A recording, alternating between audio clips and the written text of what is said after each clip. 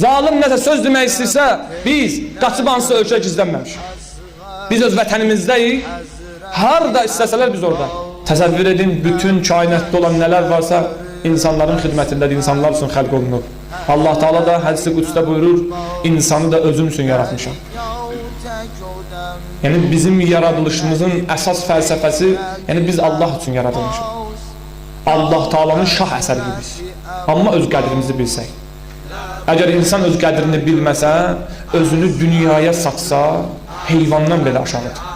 Amma öz qədri qiymətini bilsə, bilsə ki Allah Teala onu yaradıb özü üçün. Yəni Allah üçün biz yaradılmışıqsa, Allaha doğru getməliyik, şeytana doğru getməməliyik.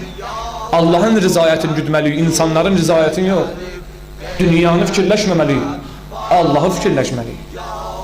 Əgər bəndə Allah Teala'nı, onun yaratdığı əsərləri, nişanələri görsə, düşünsə, Allaha doğru hərəkət edəcək. Onsuz da biz dəfələrlə qeyd etmişik, onsuz da biz müsafirik.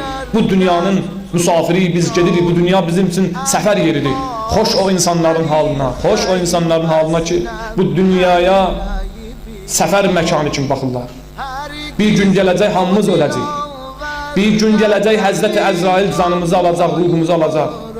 Onda necə olacaq, əsas odur. Bu günlər onun üçündür. Əgər haqq əhlisənsə, Allahın yaratdıqlarını Allahı qəbul edirsənsə, Allaha inanırsansa, Allah istədiyi kimi yaşamalısan, qorxmamalısan.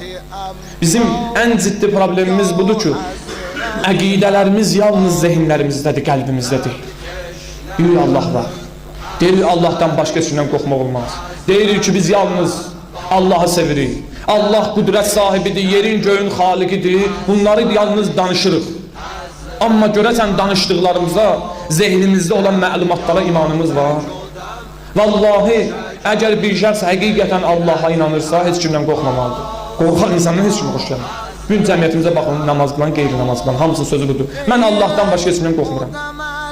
Qorxaq deyə, da kimlərdən qorxmur?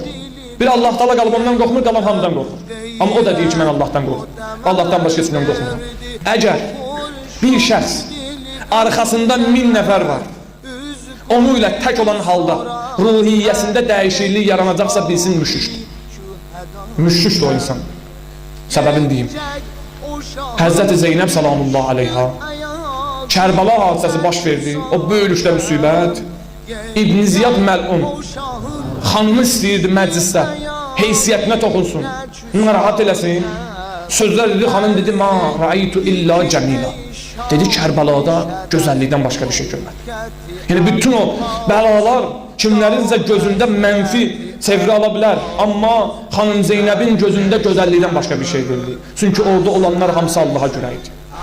Diqqət edin, 30.000 ordu. Amma şeytan ordusu xanım Zeynəb elə görürdü. Xanım Zeynəb salamullah aleyha Kərbalada Allahın gücünü görürdü. Allahın qüdrətini görürdü, dedi, gözəllikdən başqa bir şey görmədim. İmamət şəhadətlə qovuşdu bir-birinə. Təsəvvür edin, iki böyük məqam. İmamət məqamı, şəhadət məqamı ilə Kərbalada bir araya gəldi.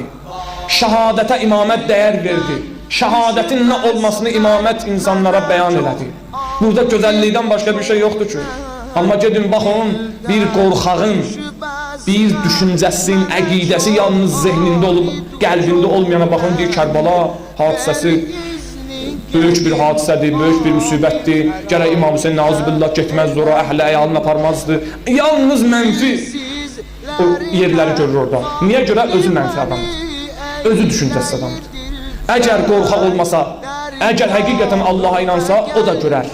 Vallahi xanım Zeynəb salamullah aleyha təkcə o sözü deməydi ki, özünə görə. Bir məktəbin müəlliməsi idi. Bir məktəbin müəlliməsi idi. İmam Hüseyin məktəbinin müəlliməsi idi Həzrəti Zeynəb salamullah aleyha. Yəni hadisələrdə necə qiymət vermək lazımdır, bizə onu öyrədirdi. Zindana düşdün, 12 il həbs verildi, 11 il həbs verildi, ma ra'aytullah cəmilə. Gözəllikdən başqa bir şey görmədi. Zülm elədi, şəhid elədi, gözəllikdən başqa bir şey görmədi. Hər halda, hər yerdə Allahın nəzəri var. Bizlərdə problem var. İndi təsəvvür edin. Bir şəxs dayanıb, Allaha inanır. Qəlblə inanır ki, yerin göyün xaliqi Allahdır.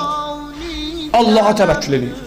Bu dünyada nə qədər zalim var, nə qədər şərəfsizlər var olsun, nə qədər bunların silahı olur olsun, nə qədər gücləri olsun, amma mənim Allahımla müqayisəyə gəlməz. Mənim Allahım yerin göyün sahibidir. Qüdrət onun əlindədir. Bir adam bu əqidəyə malikdirsə, tək də olsa belə olmalıdır. 1000 nəfər arxasında olsa belə olmalıdır. Əgər yox, tək olan vaxtı danışmır, sözün deyə bilmir. Sünnəyə görə söykənəcək yeri yoxdur, amma 1000 nəfəri görəndə danışır. 1000 nəfəri görəndə söhbət edir. Adam görəndə ətrafında danışır, bu müşriklikdir. Yəni o 1000 nəfərə imanın var, Allaha imanın yoxdur.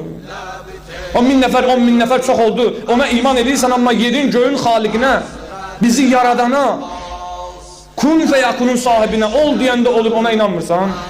Cəmiyyətdə olan o bəzi insanlarda əqidələrində problemlər var. Görürsən, bir günlərin hansısa bir nazirə söykənib aləmi qatır bir-birinə. Nə gəldi danışır.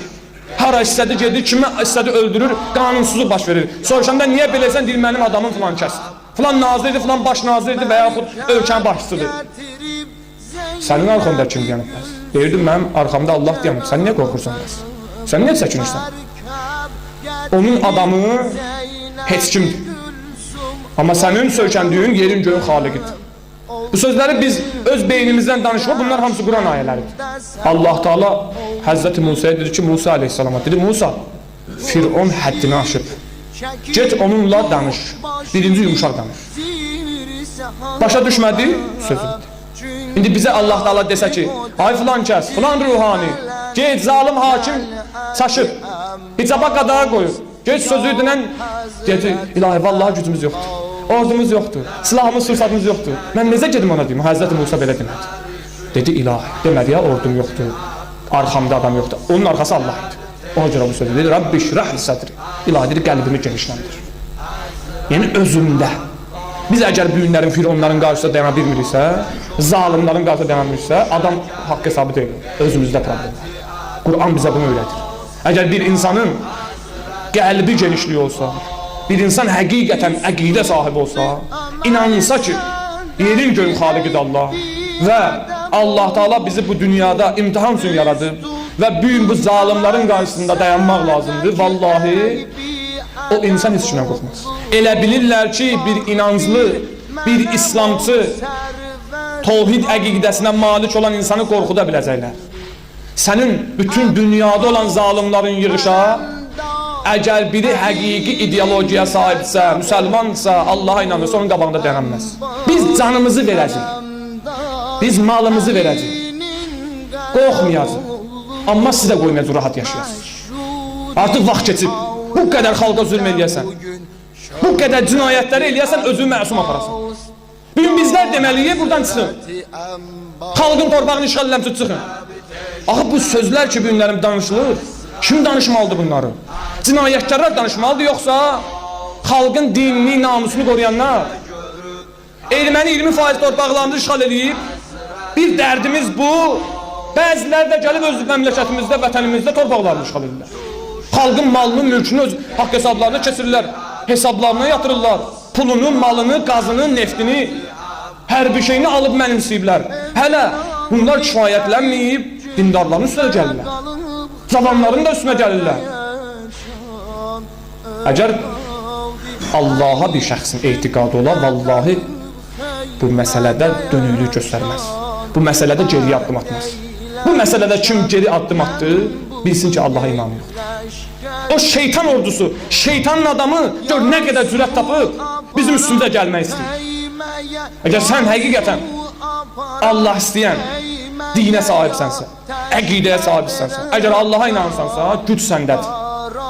Güc günlərin möminlərdədir. Onların Rəbbi Allahdır. Musanın o vaxtında olan seyirbazlar necə Fir'ona sözlər dedilər, bizi bu dünyada bizə bir şeylər bilərsən. Biz də deyilik.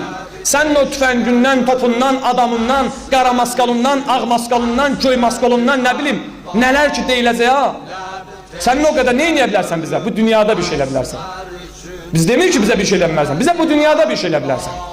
Bizi bu dünyada öldürə bilərsən. Amma onu bil ki, özün də öləcəksən. Onu bil ki, bu şəhadətlər, bu həbslər sənin axırına çıxacaq. Necə Yezidin axırına çıxdı, İmam Hüseyni qətlə yetirdi, İmam Hüseyni şəhid elədi, Əməvi xilafəti silkələndi, vallahi artıq bu şeylər görünməkdədir. Əməvi xilafəti büyünün Əməvi xilafəti silkələnir artıq. Qorxularından damsı. Niyə qorxursan axı? Niyə narahatsan? Niyə başqa adamları narahat edirsən bizə görə? Elə bizə onları narahat edirsən biz öz yolumuzdan dönəcəyik. Atam da diyansa qabağımda yenə də dönməyəcək.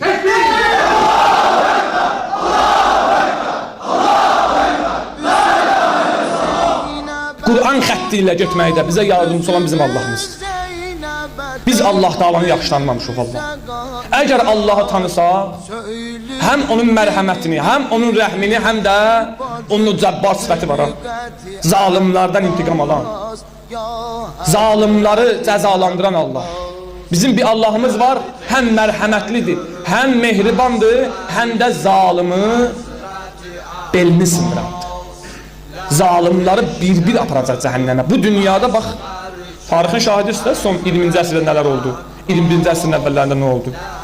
Qəzzafilər hara getdi, Səddam Hüseynlər hara getdi? Bunlar tariximizin zalim diktatorlarıydı da. Bu Allah Taala bəzən zalimi zalimdən cəzalandırdı, bəzən möminin əlindən zalimi cəzalandırdı. Bizim əsasən vəzifəmiz budur ki, bizim Allaha imanımız olmalıdır, Allahı sevməliyik.